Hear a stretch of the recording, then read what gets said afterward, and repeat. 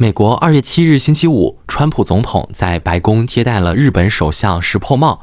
此行对于长期依赖美国安全与贸易的日本而言，具有重大战略意义。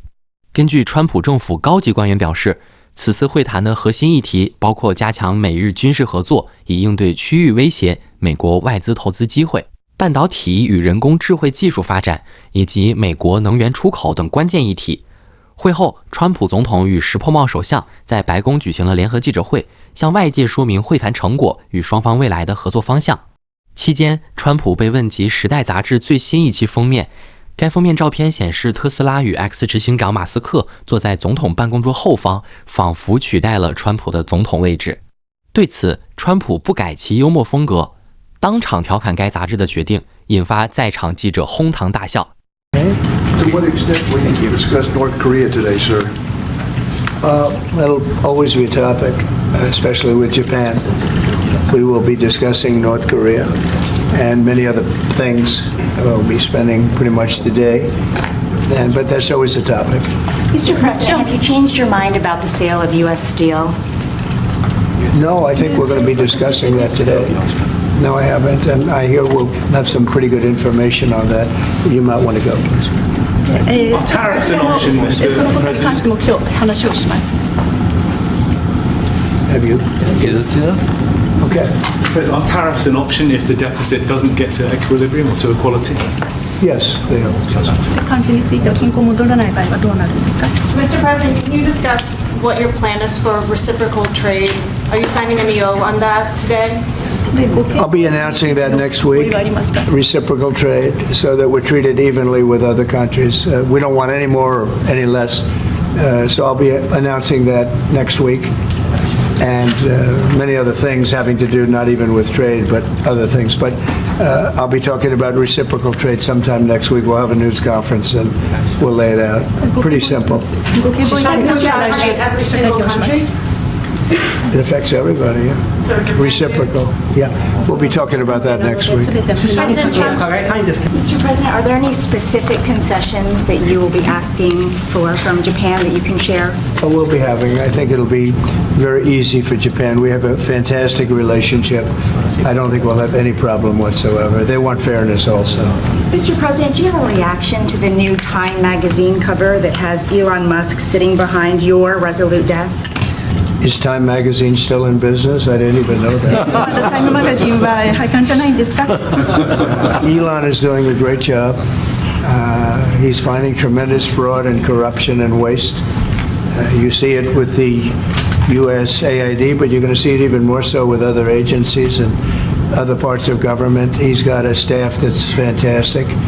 He's wanted to be able to do this for a long time, and everybody else knew it was existent, but I think never so much when you look at USAID. That's a fraud. The whole thing is a fraud. Very little being put to good use. Every single line that I look at in terms of events and transactions is either corrupt or ridiculous. And we're going to be doing that throughout government, and I think we're going to be very close to balancing budgets for the first time in many years. I think we're going to be very close to, in addition to monies coming in from tariffs, et cetera, But he's doing a very good job. I'm very happy with it. Will you put Elon Musk up on the podium for us to ask him some questions, Mr. President, at any point? Will you put Elon Musk up on the podium for us to ask him some questions? Oh, sure. He'll be. He's not shy. Elon's not shy. Any further deliberations on Gaza, sir? The timetable for a takeover? No deliberations. It's been very well received, where basically the United States would view it as a real estate transaction, where we'll be an investor in that part of the world. And no rush to do anything. We wouldn't need anybody there. It would be supplied and given to us by Israel. They'll watch it in terms of security. We're not talking about boots on the ground or anything, but I think the fact that we're there, that we have an investment there, I think would go a long way to creating peace. We don't want to see everybody move back and then move out in 10 years. This has been going on for 50 years, much more than that. We just want to see stability. That would be having us have that particular piece in that particular location, I think would show great stability and would lead to great stability in the area for very little money, very little price, and we wouldn't need soldiers at all. That will be taken care of by others. And the investments are taken care of by others also. So for no investment, I mean virtually no investment whatsoever, it would bring stability to the area, and others can invest in it later on. But we're in no rush on it. There's absolutely no rush. President Trump, do you believe DeepSeek is a national security threat, and how do you plan to collaborate on AI initiatives? On where? DeepSeek, do you believe it's a national security threat? No, I think it's happening. I mean, it's a technology that's happening. It's actually, I think we're going to benefit if it's correct what's going on now, that it'll be a lot less expensive. The AI we're talking about will be a lot less expensive than people originally thought. That's a good thing. I view that as a very good development, not a bad development. Mr. President, on autos specifically, in your first term, you tried to tariff autos. Is that on the table still? Are you trying to do that in your second administration? Auto tariff? Auto tariff? Oh, yeah, sure. That's on the table. That's always on the table. It's a very big deal. Because we have cases where we don't supply autos and other countries do, and, we have to equalize it. We have to stabilize it and equalize it. Will you have Vice President Vance meet with President Zelensky next week while he's in Europe? I will probably be meeting with President Zelensky next week, and I will probably be talking to President Putin. I'd like to see that war end for one primary reason. They're killing so many people. You're losing millions of people on a battlefield. In this case, mostly the battlefield. You have 800,000 or 900,000 Russian soldiers are dead and very badly wounded, and the same thing with Ukraine. You have probably 700,000 with Ukraine. The numbers they gave are a little bit lower than that, but I believe those numbers aren't correct. I'd like to see it end just on a human basis. It's terrible what's going on. They have open fields with no protection. The only thing a bullet can hit is a human body, and the human body dies as soon as it gets hit. Now, I'd like to see that end. It's a ridiculous war. It would have never started if I were president. That war would have never started. Putin would not have started that war if I were president. And by the way, you wouldn't have had October 7th if I was president either. That mess would not have started. But no, I would very much like to help out. One of the things we're looking at with President Zelensky is having the security of their assets. They have assets underground, rare earth and other things, but primarily rare earth. And we want to have security. Really, we want security because, as you know, Europe is putting up much less money than us. Much. NATO, Europe, call it whatever you want. And we're at probably 300 billion plus, and they're at probably, the real number is 100 billion. That's a lot of money, but it's 200 billion less than us, and there's an ocean in between. And they need it more than us, so we're asking them to equalize and get even. But we're also asking President Zelensky for the security of, we're putting all this money up, and we're saying, where does it stop? And yet, we want to see it out to an end. We want to see it end. But we are going to be asking for the security, and we've already told him, of an equal amount of something where our money, I mean, the American taxpayers in for $300 billion. Biden never negotiated. He never told Europe to put in more money, and it got out of hand. Just like NATO. NATO we were paying almost 100% of NATO. When I first came in, everybody was taking advantage of the good old United States, but not anymore. So what, and now, if you speak to the Secretary General of NATO, who was very nice when he was here 2 weeks ago, he said what Trump did was amazing. He got everybody to pay. And to do that, you have to ask, and Biden never asked. So we're in for probably close to $200 billion more than Europe, and yet obviously it affects Europe much more than us. So we would like them to stay, to equalize. They have to go more.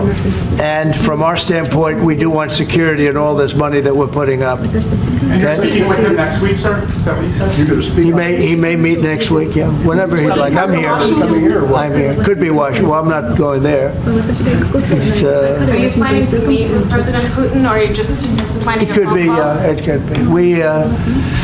We've always had a good relationship. President Putin and I have always had a good relationship. That's why it's so sad that it happened. This would have never happened if I were president. It's so sad to see it happen. So many dead people. By the way, so many cities are demolished. They're like, you talk about Gaza?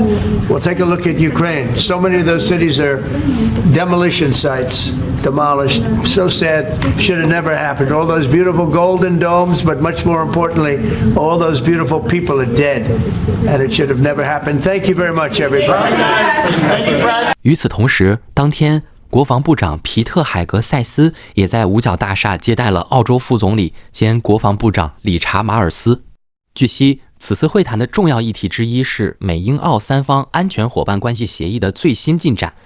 根据协议，澳洲将于2030年代从美国购买3艘维吉尼亚级核动力潜舰。同时，美英澳三国也将共同研发新型核动力潜舰，预计英国将在2030年代投入使用，澳洲则在2040年代正式部署。海格塞斯强调，总统川普对 AUKUS 协议十分熟悉，也全力支持该计划，认为这对印太地区的安全至关重要。AUKUS is a very powerful symbol of our two countries working together in the Indo-Pacific. It represents a very significant increase of the American footprint on the Australian continent, something that we very much welcome. It represents an increase in Australian capability through the acquisition of a nuclear-powered submarine capability, but what comes with that is it also represents an increase in Australian defence spending, and we really understand the importance of building our capability, but in paying our way. I mean, that is a very important principle that we bring to bear. And one of the aspects of that is the contribution that we're making to your industrial base. It's billions of dollars, but we're really pleased that the first payment in respect of that, $500 million, we've been able to make in the first couple of weeks of the Trump administration. The check did clear. It did clear, but I want to know that. But we're really pleased to make it in the first week of your tenure as the Secretary of Defence. So I couldn't be more excited about the meeting that we're having today, and really thank you for having us. Thank you for you and your staff for all being here. We appreciate it. Absolutely. Secretary, are you withdrawing U.S. troops from Syria? Excuse me? Are you withdrawing U.S. troops from Syria, Mr. Secretary? When it comes to I look forward to talking about our alliance with Australia, but as it pertains to the Middle East, those are decisions made by the President of the United States, looking at all our strategic interests. Here at the Pentagon, what we do is we plan. So we're going to plan for every possible contingency, no matter what. But ultimately, we would be getting ahead of ourselves if we were determining or certainly declaring what our intentions would be in the short, medium, or long term. Secretary, will you deliver Australia's President about AUKUS? The President is very aware, supportive of AUKUS, recognizes the importance of the defense industrial base, which the Deputy Prime Minister pointed out, the investment Australia is willing to make. It enhances our ability in the subterranean space, but also our allies and partners. This is not a mission in the Indo-Pacific that America can undertake by itself. It has to be robust allies and partners. Technology sharing and subs are a huge part of it. So he's aware and appreciative for his support and leadership on that topic. Secretary, will you deliver Australia's first nuclear submarine on time? Well, we sure hope so. Part of what President Trump is committed to doing is cutting red tape, investing in the defense industrial base, ensuring that we stand by our allies and partners. I think that's something that was missing in the last 4 years that President Trump demonstrated. You're going to have no worse enemy and no better ally. And that's what he's charged me with at the Defense Department, is when we make these strategic partnerships and we invest in them and there's skin in the game, as the Deputy Prime Minister pointed out, we're going to do everything possible we can to help deliver on that. Last question. Is the U.S. building its submarines quickly enough?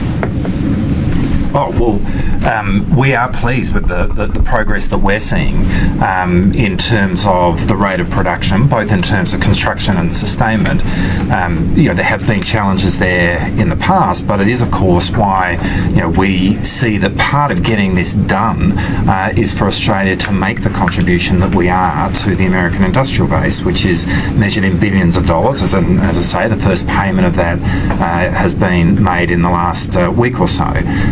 But we are encouraged by the progress. There's a way to go, but this is something that jointly we're going to get done. It needs to be done from the perspective of both of our countries.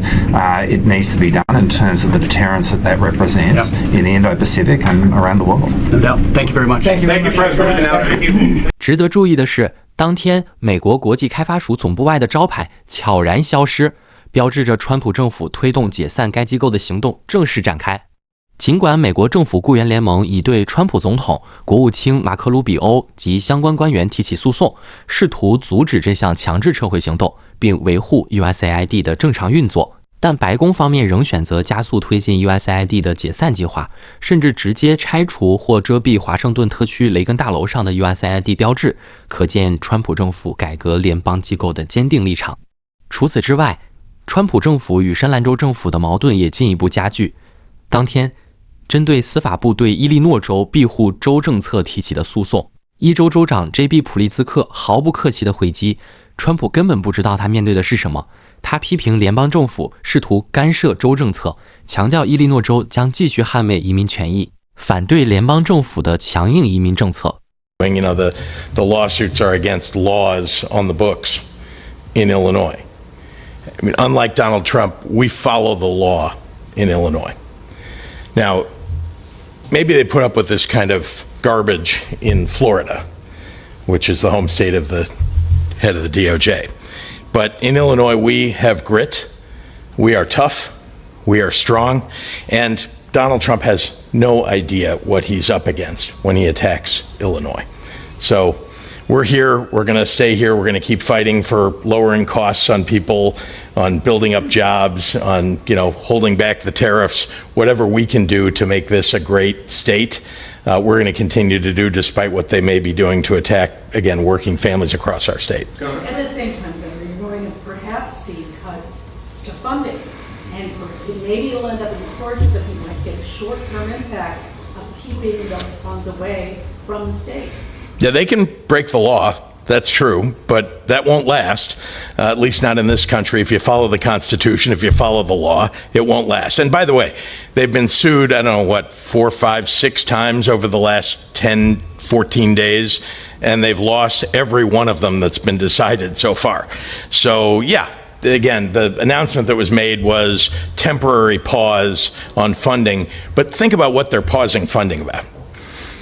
They're the very things that keep our state and our city safe, right? They want to take away and pause funding for programs that allow our law enforcement and federal law enforcement to work together to fight crime, to attack the drug cartels, to go after the gangs on our streets. That's what they're going after. And, this is a party that claims that they're, supporters of law enforcement, but not when you're taking money away from them. And I should also point out that when you've pardoned a bunch of January 6th perpetrators who attacked police, that's not making anybody safer in the state of Illinois. When you are firing thousands of FBI agents, when you're shutting down the CIA, getting rid of, frankly, people who are trying to keep our country safe, that's not making anybody safer in Illinois or across the country. So that is what they're doing. We're gonna fight like hell for the safety and security of people in Illinois. They're gonna lose if they try to pause this funding for any longer than a few days.